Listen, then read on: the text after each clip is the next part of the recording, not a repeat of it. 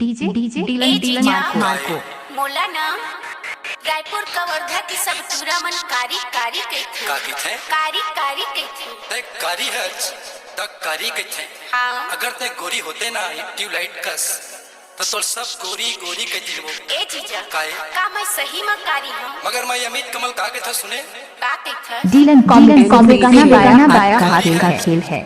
ते कारी है मगर माँ कसम बहुत बड़ दिल वाली है जो सही में ये भले कारी हवच वो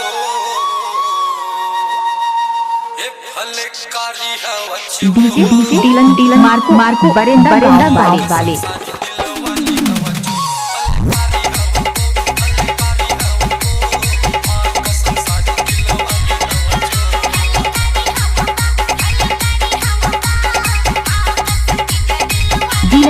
कॉमेडी गाना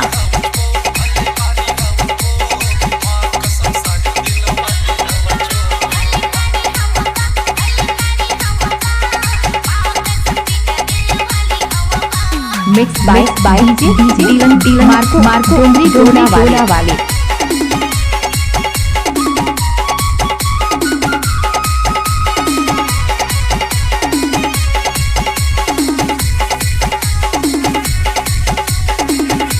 DJ Dylan Marco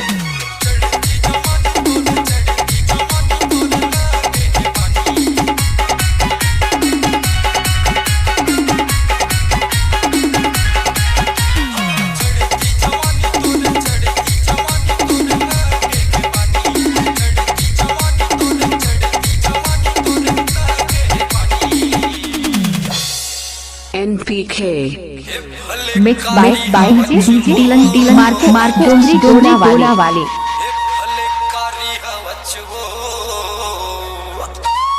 DJ Dylan भाई लड़कियों को नाचने का है।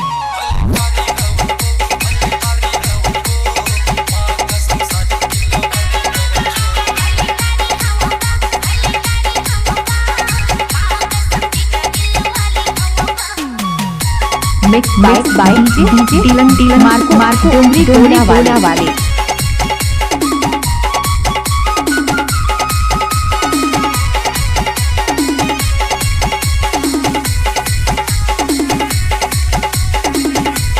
DJ Dylan Marco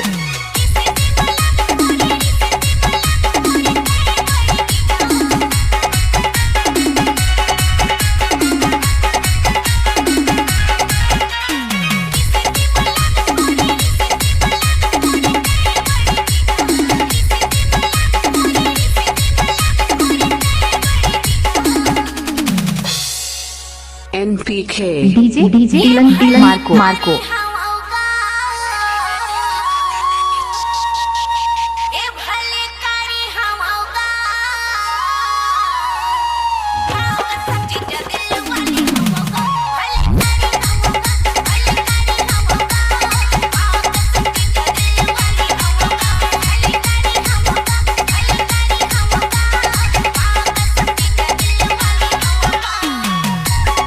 DJ Dylan Marco Barenda वाले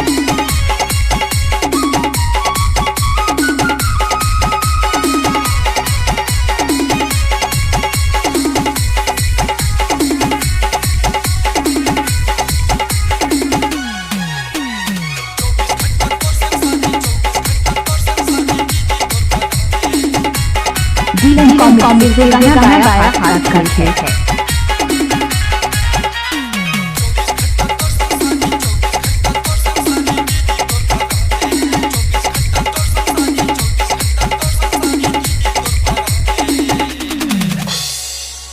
NPK DJ Dylan Marco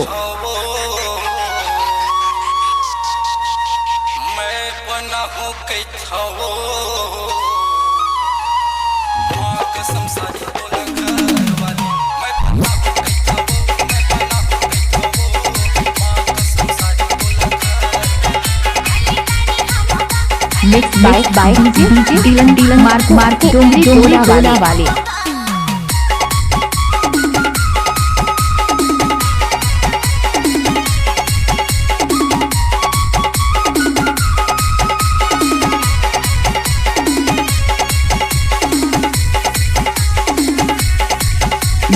DJ Marco बरेंदा गाँव वाले।